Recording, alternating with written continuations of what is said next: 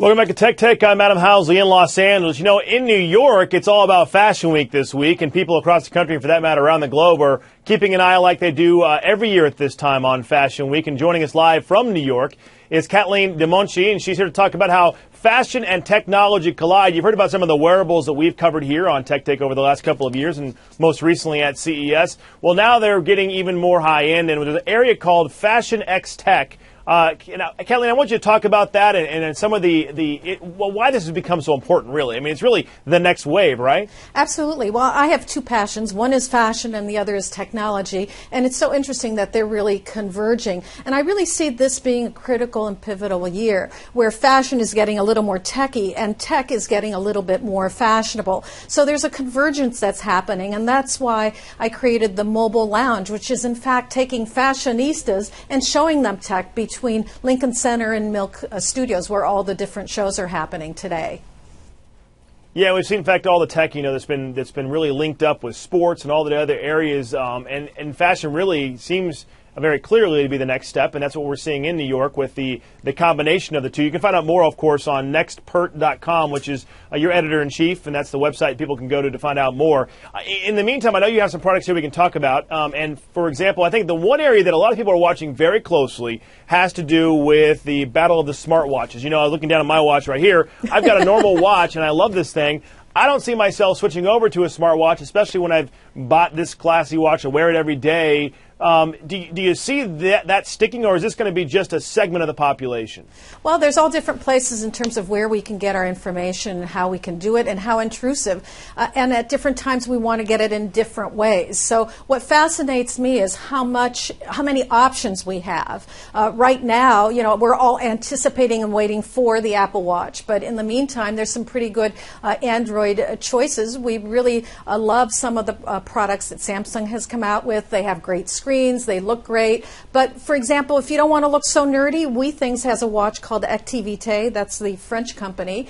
It gets you all of that information that you want, what I call, through the internet in terms of how you're sleeping.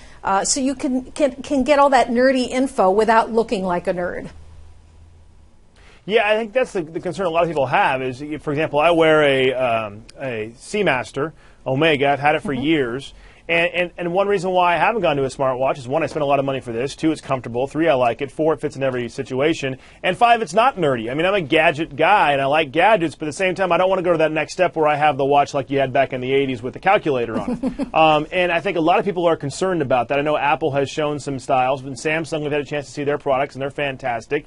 But will it cross over, do you think, to be more widespread, or is this going to be a very specific segment of the population that will go after these smartwatch type ideas? Well, I think one of the concerns right now is the lifespan of the battery, right? That's the biggest issue.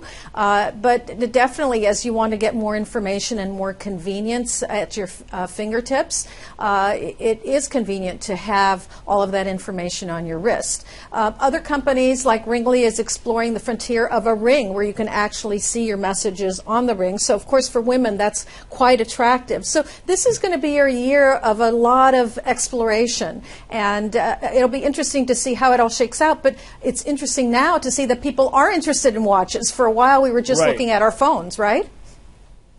Right. And I think the other one I'm looking down to is some of the other items that we're going to be talking about. One is fitness sensors. I mean, you've got a number of ways. You mentioned the ring. You also have them that, of course, on your other wrists. And I think one concern or one complaint a lot of people that I know had about fitness sensors is you had to move your arm basically for them to work. And now the new ones are coming out where you don't have to do that. It'll sense your movement via other ways, as we know, via cell or towers, that kind of thing. But again, you go back to fashion. I mean, the sensor that's going to be on your other arm from your watch, is it going to be something that looks nice, or is it going to be kind of bulky and look like a second watch? I mean, I think fitness sensors are also an area. Yeah, fitness sensors, there's so many, right? There's about 400 companies in the game right now. When I was at CES, I was quite fascinated by the SANS, a whole area that was dedicated to this category. And I really think that companies like, for example, like iFit, who have a whole ecosystem, are going to be the, quote, winners at the end of the game, because they can monitor not only, how you're sleeping, and then give you information. Where it's at for me is, okay, I've got all this information, right? All about the quantified self. Now, what do I do with it? What are the steps? How do I improve my life? So those are the companies that, in fact, I'm going to be most interested in as a consumer, where, in fact, I'm not only just getting this info, because God knows we all have too much of it already as is, but in fact, it helps me and coaches me, right? My personal coach, to take it to the next level. As we wrap this up, I want to quickly mention there's some other things out there, too. There's the Dream Machine from Brother, which is a $14,000 sewing machine. Oh, it's amazing. Look at this. Brand. I mean, look at this jacket that I have. Your heartbeat. Yeah, Brother is sponsoring. They're the sponsor. They're the official sewing machine of Project Runway, right? And they have an amazing sewing machine that has an LCD screen. So if you can imagine it, you can in fact embroider it with new technology. So really, the sewing machine has really gone to the next level. It is considered by Consumer Digest a Best Buy, which is a really big deal, and it's about $14,000. So pretty awesome machine. Wow. I've been getting compliments on my jacket all day, so I like it. All sorts of great things. Katlean Monchy, we appreciate you coming on and talking about technology and fashion, how they collide. You can find out more from her website, which is nextpert.com. I want to make sure I got that right. Absolutely. Nextpert.com. And also on Twitter at Katlean. We appreciate you joining us and coming on. And we'll, of course, keep you in mind when we start talking more about wearables and technology as we move forward in fashion. We appreciate you joining us from New York. It's great to be with you. I'm Adam Housley in Los Angeles, and you're watching Tech Take.